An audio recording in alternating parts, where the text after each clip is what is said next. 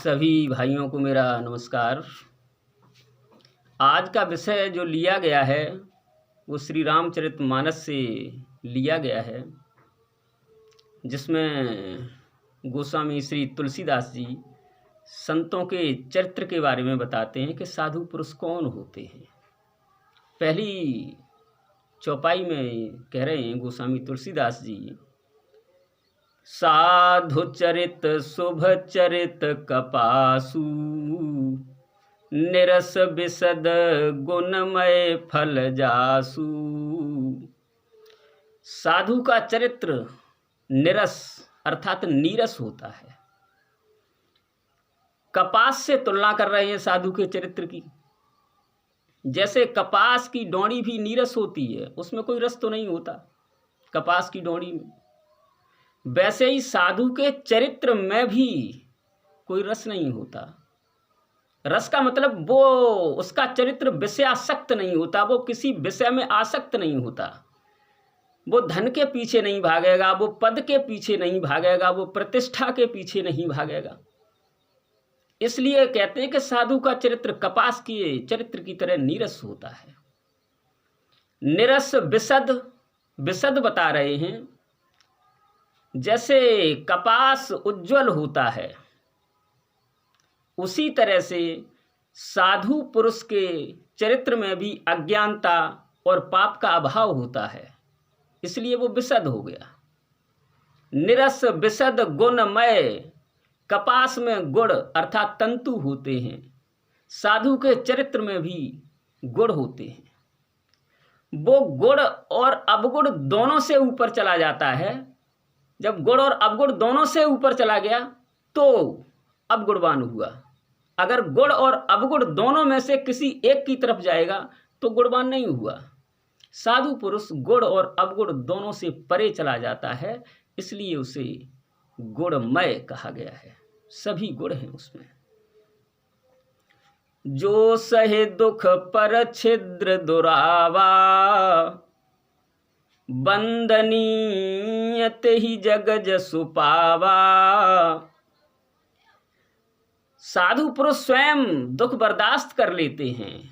जैसे कपास लोढ़े जाने काते जाने का दुख वो बर्दाश्त कर लेता है, उससे फिर जब धागा बनता है कपास से, तो सुई कपड़े में जहाँ छेद करती है और धागा उस छेद को भर देता है। जो सहे दुख, जो दुख को बर्दाश्त करके दूसरे की गलती को छुपा लेता है, वो है साधु पुरुष। जैसे सुई के छेद कर देने से धागा उस छेद को भर देता है। बंदनीयत ही जग जसु पावा, वो साधु पुरुष वंदनीय है, वंदना करने योग्य है, पूजा करने योग्य है। संसार में उसी को यश मिलता है। यहाँ गीता में भी इस चौपाई से मेल करते हुए एक श्लोक मिलता है, जो 5वें अध्याय का 3रा श्लोक है। इस 5वें अध्याय के 3रे श्लोक में भगवान कृष्ण अर्जुन को समझाते हुए कह रहे हैं कि अर्जुन, गेयास नित्य सन्यासी यो न देष्टि न कांक्षत, निर्द्वंदो हि महाबाहो सुखम बंध्यात् प्रमुच्यते। भगवान श्री कृष्ण कहते कि हे अर्जुन, गेयास नित्य सन्यासी, उसे सन्यासी ही समझना चाहिए।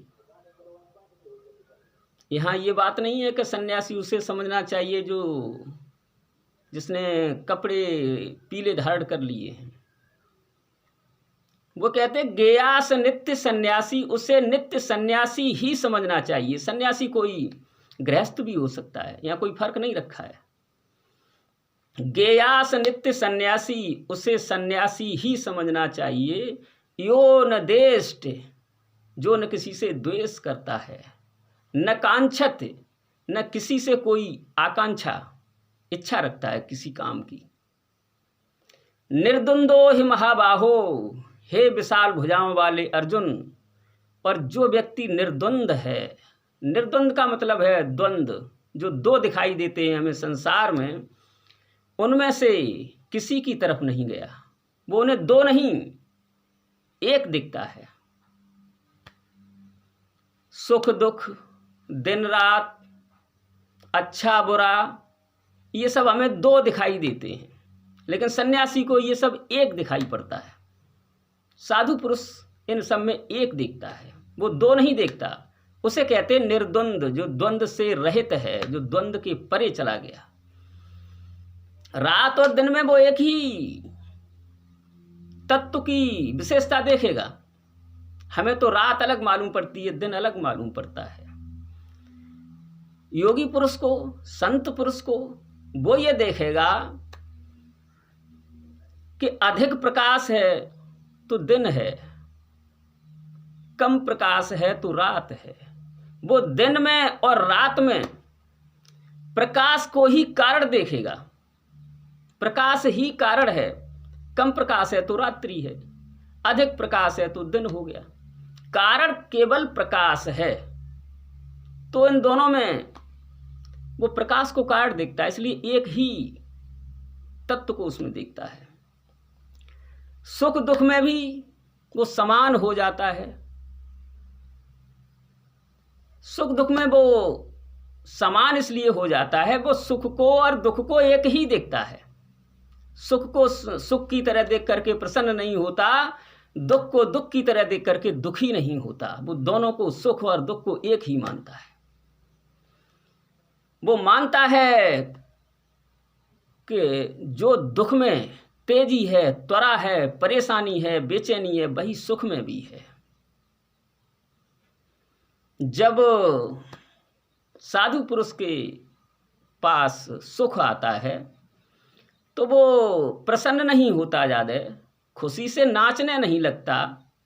वो जानता है कि सुख दुख ये दो नहीं, एक ही सिक्के के दो पहलू हैं। अब सिक्के का एक पहलू बनाने के लिए दूसरा पहलू बनाना पड़ेगा, ये जरूरी है। तो वो दो नहीं है, एक ही सिक्के के दो पहलू हैं। वो जानता है सुख आ गया है, लेकिन इसके पीछे कौन आया है? दुख है। सुख में सुखी इसलिए नहीं होता कि वो जानता है कि अगर सुख आया है तो ये बिना दुख के आ ही नहीं सकता, सुख के साथ दुख रहेगा। तो जब सुख आता है तो वो जानता है, उसे आने देता है सुख को, और खुश नहीं होता, ज़्यादा प्रसन्न नहीं होता। वो जानता है कि आप पीछे किसको लाए हैं। जब दुख आता है साधु पुरुष के सामने, तब वो जानता है कि ये पीछे किसको लाया है। दुख तो आया है, इसलिए वो दुखी नहीं होता। अभी दुख आया है और ये बिना सुख के नहीं आएगा, कुछ दिनों बाद इसके पीछे सुख आ जाएगा। तो जब दुख आता है तब वो सुख को देखता है पीछे, और जब सुख आता है तो उसके पीछे वो दुख को देखता है। इसलिए दोनों में समान हो जाता है। वो दो नहीं देखता, वो देखता है एक ही है। सुख में भी आदमी, ज़्यादा अगर सुख आ जाए तो आदमी पागल हो जाता है, ज़्यादा दुख हो तब भी आदमी पागल हो जाता है। उनका परिणाम दोनों का एक ही है। मैंने एक छोटी सी कहानी सुनी थी। 3 व्यक्ति पागल हुए, एक साथ पागल हुए, एक साथ ही पागल खाने पहुंचाए गए। तीनों एक ही कोठरी में बंद हैं। एक मनोवैज्ञानिक पागलों का जो है निरीक्षण करने आता है, उनके मानसिक दशा का अध्ययन करने आता है। तो जब उस कोठरी में पहुंचता है वो मनोवैज्ञानिक, तो पूछता है और डॉक्टर से कि ये 3 जो पागल इसमें बंद हैं, इसमें नंबर 1 की क्या तकलीफ है? डॉक्टर कहता है ये नंबर 1 व्यक्ति जो है, ये एक रस्सी में लगी हुई गांठ को खोल रहा था और खोल नहीं पाया, इसलिए पागल हो गया। ये है इसकी तकलीफ। ठीक है। और ये जो नंबर 2, ये कैसे पागल हुए? डॉक्टर ने कहा इनकी भी वैसी सेम बात है। ये जो नंबर 2 है, ये भी उस रस्सी में लगी हुई गांठ को खोल रहा था और इसने खोल दी। ये खुशी में पागल हो गया। डॉक्टर को बड़ा हैरानी हुई, नहीं सॉरी, मनोवैज्ञानिक को बड़ी हैरानी हुई। एक रस्सी की लगी हुई गांठ खोल रहा है, खोल नहीं पाया तो पागल हो गया। दूसरा उसी गांठ को खोल देता है तो खुशी में पागल हो गया। मनोवैज्ञानिक ने पूछा कि ये नंबर 3 ये कैसे पागल हुए? डॉक्टर ने कहा ये वो सज्जन हैं जिन्होंने गांठ लगाई थी, इसलिए तीनों ही पागल हो गए। तो सुख में भी वही त्वरा है, वही तेजी है, वही उबाल है। दुख में भी त्वरा है, तेजी है, उबाल है, दोनों का परिणाम एक ही है, दोनों पागल कर देते हैं। इसलिए संत पुरुष जो है दोनों को एक मानता है। वही बात इस श्लोक में कही है, निर्द्वंदो ही महाबाहो, हे विशाल भुजाओं वाले अर्जुन। जो व्यक्ति निर्द्वंद है, द्वंद से बाहर चला जाता है, जो दो नहीं उन दो को एक ही मानता है, सुखम बंध्यात प्रमुच्यते, वो बड़ी आसानी से बंधनों से मुक्त हो जाता है।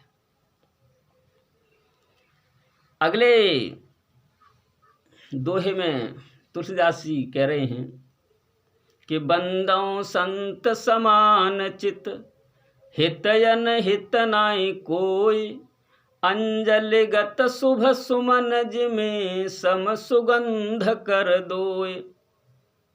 बंदों संत समान चित्त, मैं संतों के समान चित्त की वंदना करता हूँ, उनके समता भाव की वंदना करता हूँ। संतों के अंदर समानता का भाव होता है, वो सबको समान देखेंगे। किस किस को समान देखते हैं?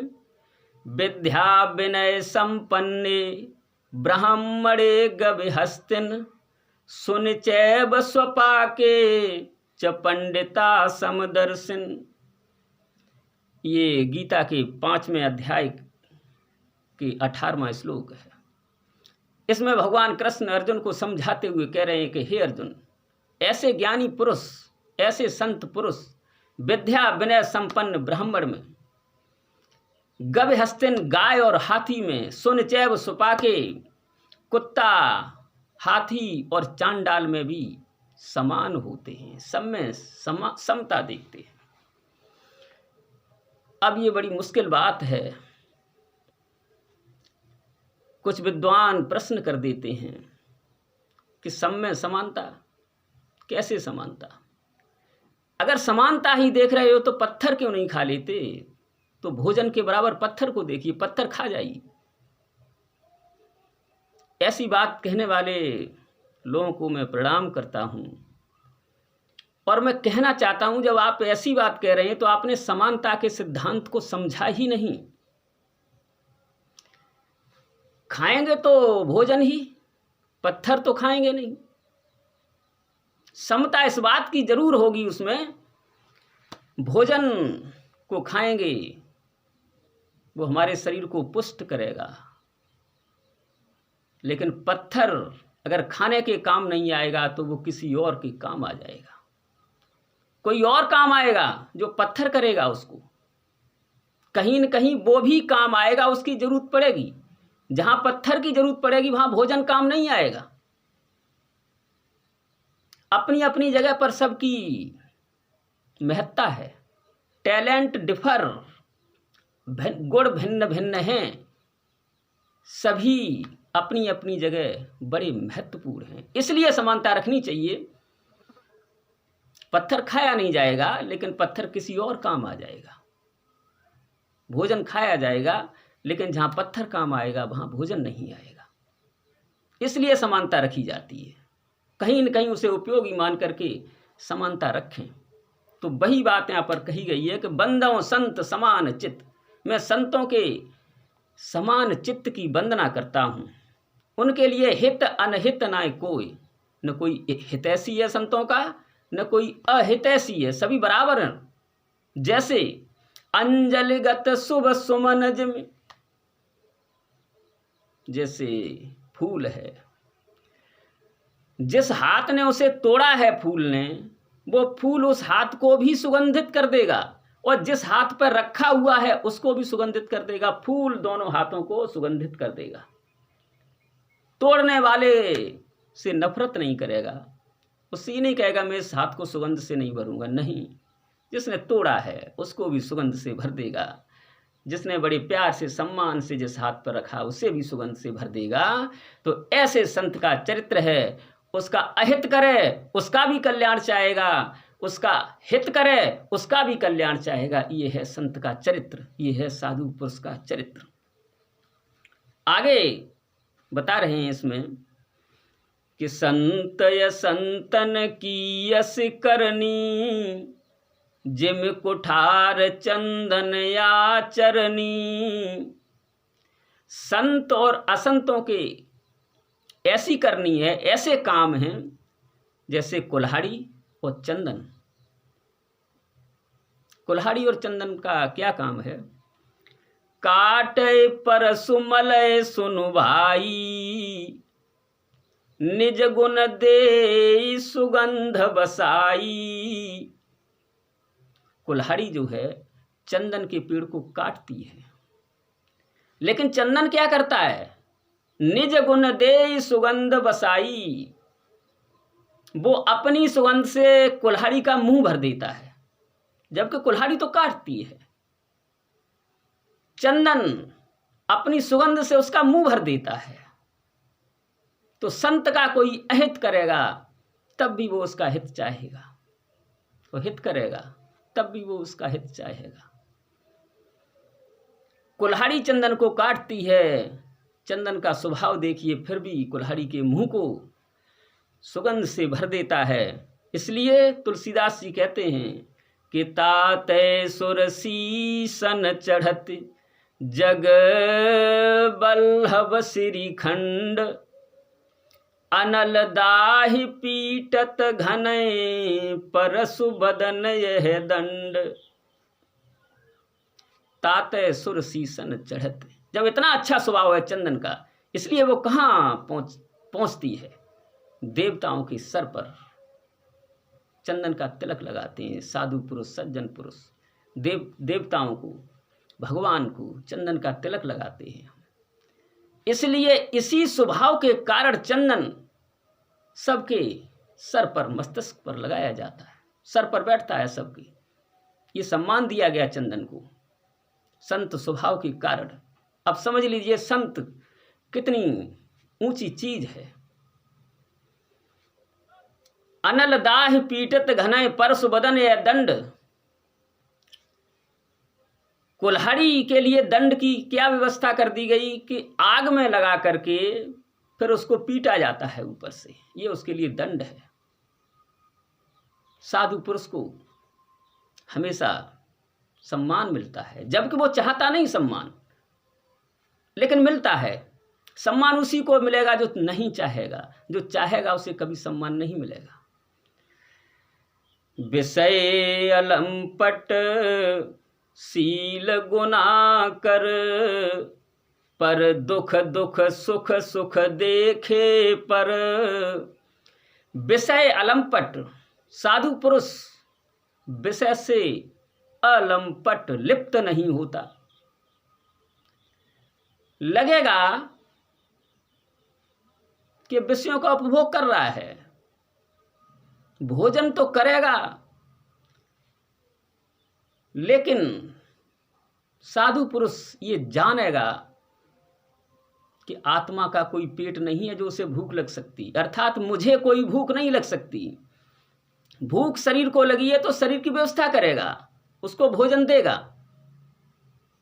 लेकिन ये जरूर जानेगा कि मुझे भूख नहीं लगी, ये शरीर को लगी है, तो शरीर को भोजन देगा। विषय अलंपट, विषयों से दूर होते हैं साधु पुरुष। वो जानते हैं कि रस जो है उस विषय वस्तु में नहीं है, रस मेरे अंदर है। वो जानेंगे कि रस मेरे अंदर है, रस उस विषय वस्तु में नहीं है। तो विषय अलंपट, इसलिए विषय से दूर हो जाते हैं, उसके रस से दूर हो जाते हैं, उसको इस्तेमाल करेंगे लेकिन उदासीन की तरह। एक और इस दृष्टांत मैंने सुना था। एक बिल्ली है जो एक पेड़ पर बैठी है, ऊँघ रही है, नीचे एक कुत्ता बैठा है, वो बिल्ली को देख रहा है। बिल्ली हंस रही है, मुस्कुरा रही है। कुत्ते ने कहा कि बिल्ली बड़ा प्रसन्न हो रही है, क्या बात है? बिल्ली ने कहा बात क्या है कि थोड़ी सी आंख झपी तो एक सपना मुझे आया। उस सपने में मैंने देखा कि बारिश हो रही है। मैंने देखा कि बारिश तो हो रही है लेकिन पानी नहीं गिर रहा है, चूहे बरस रहे हैं। मैं उन चूहों को खा रही हूं। अभी थोड़ी आंख खुली तो मैं मुस्कुराने लगी, मेरी मुस्की निकल गई। कुत्ता नीचे बैठा बैठा बोला कि अरे बिल्ली, तू बड़ी नासमझ है। अरे जब बारिश होती है तब कहीं चूहे गिरते हैं? हाँ, ऐसा तो होता है, कभी कभी सूखी हड्डियां जरूर गिरती हैं।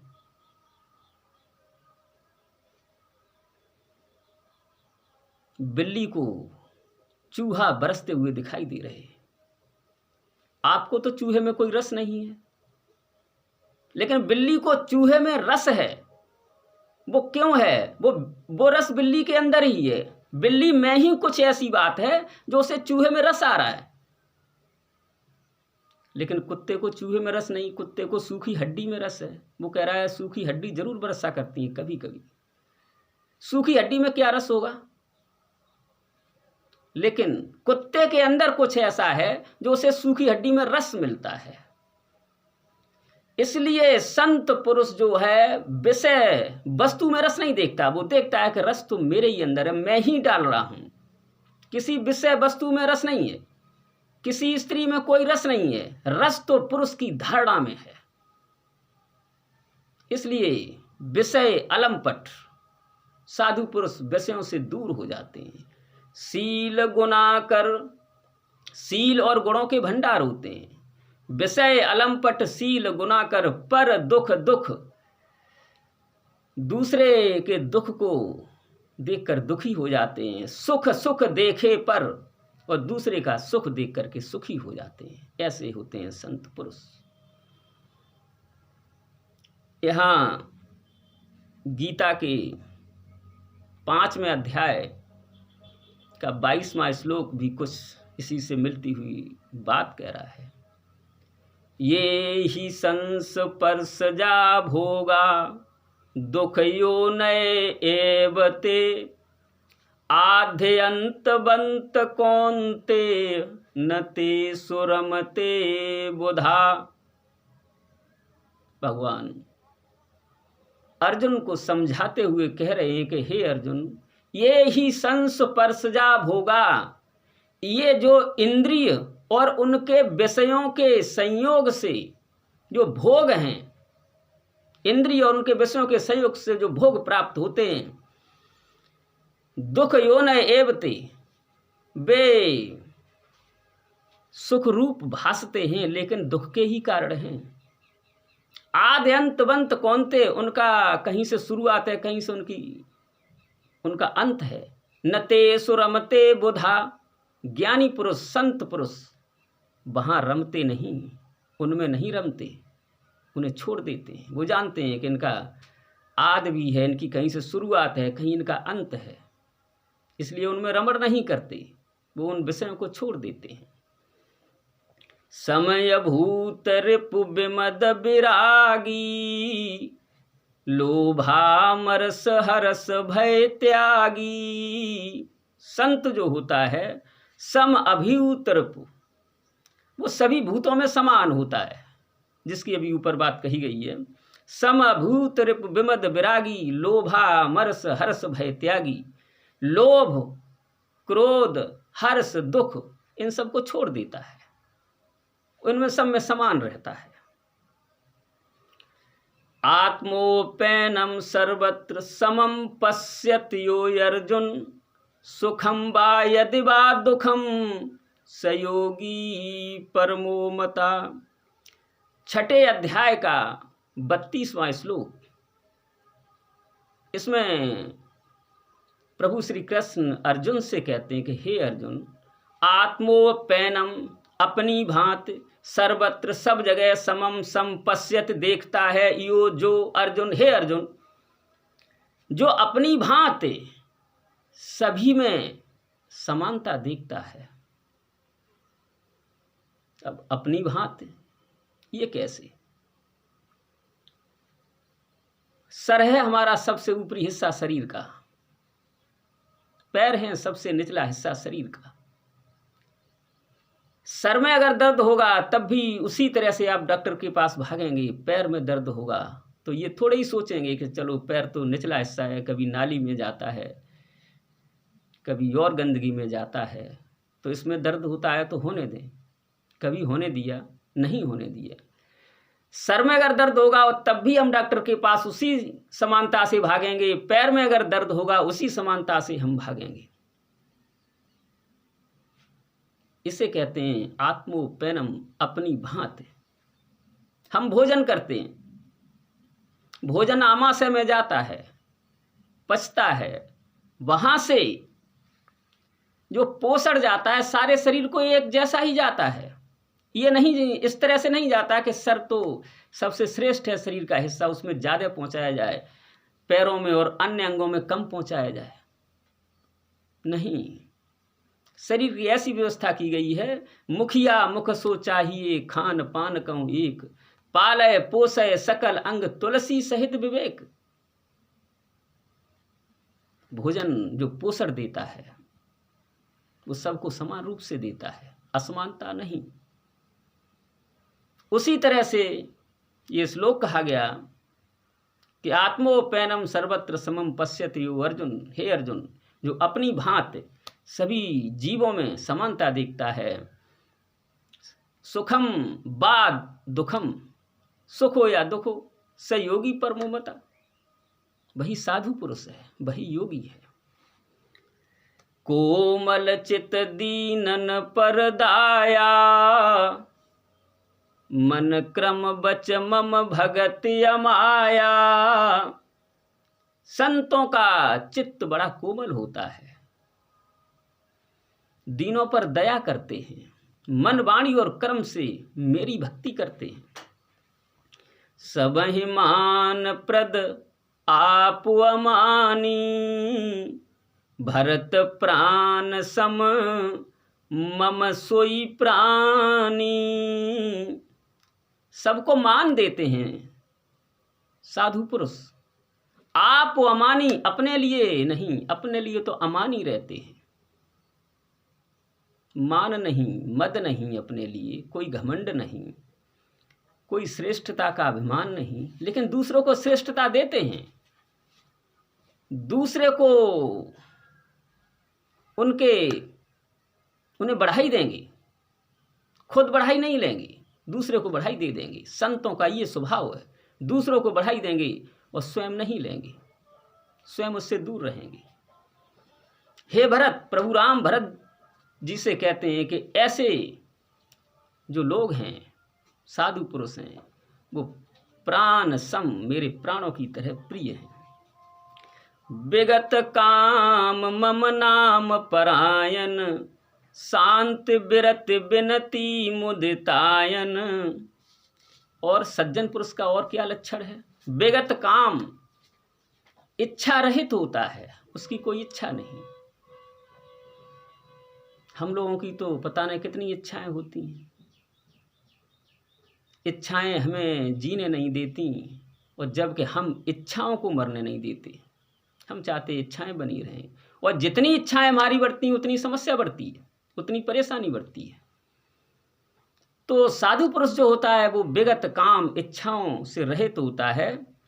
मम नाम परायण, मेरे नाम के परायण रहता है, बड़ा शांत होता है, शांत विरत विरागी होता है। संसार की सभी इस प्रलोभन से वैराग्य होता है। शांत विरत विनती, बड़ा विनम्र होता है संत पुरुष, सबके प्रति विनम्र हो जाता है। विनती मुदितायन, और हमेशा मुदित प्रसन्न रहता है, वो कभी परेशान दुखी नहीं रहता। शीतलता सरलता मैत्री, दुज पद प्रीति धर्म जनयत्री।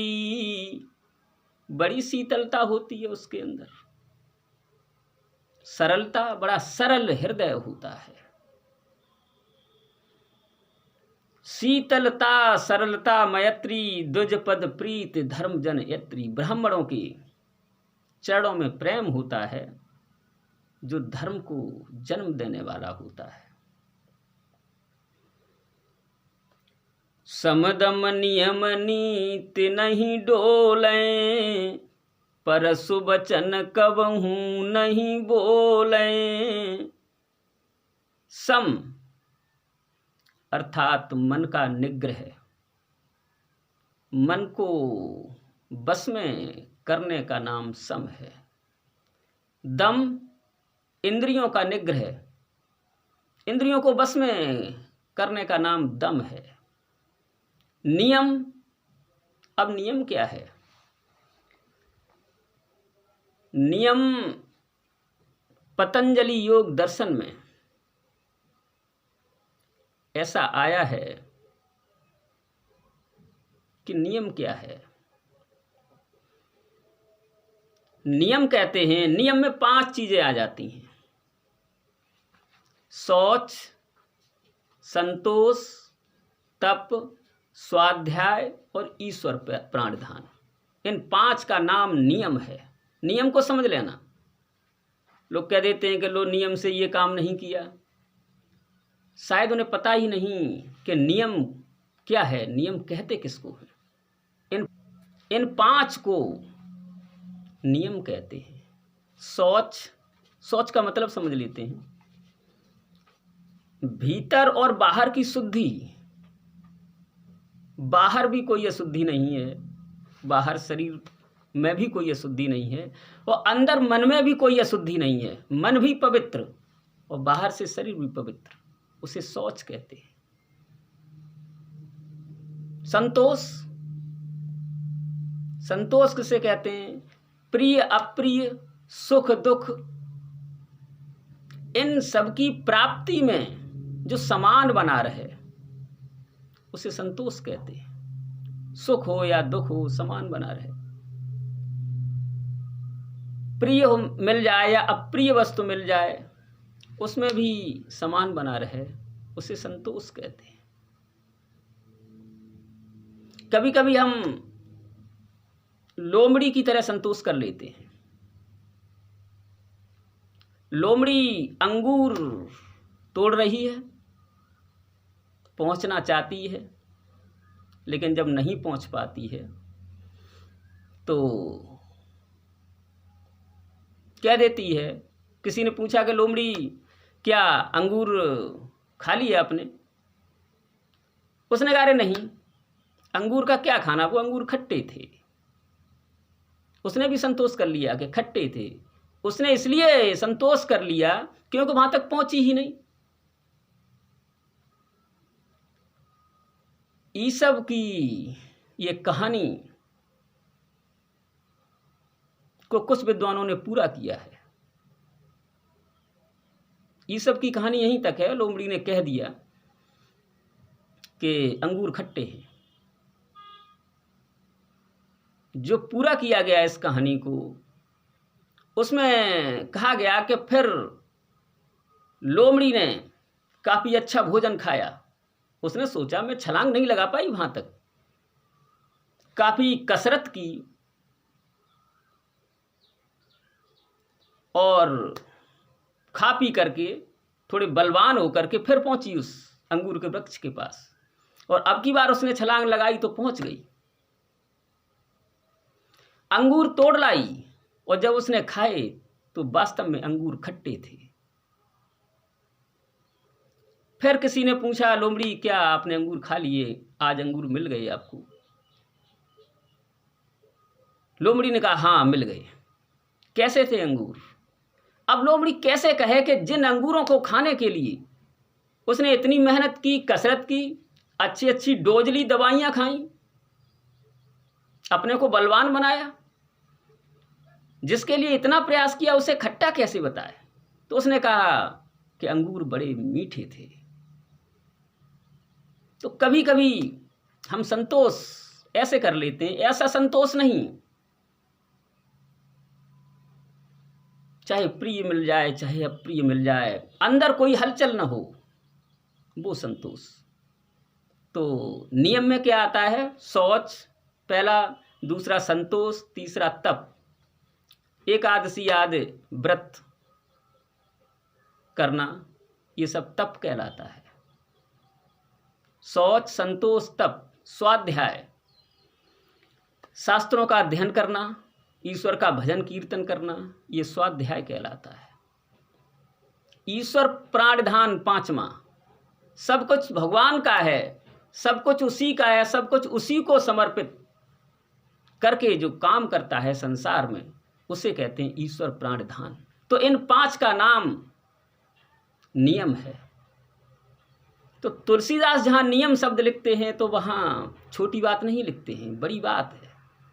तो समदम नियम नीति नहीं डोलें,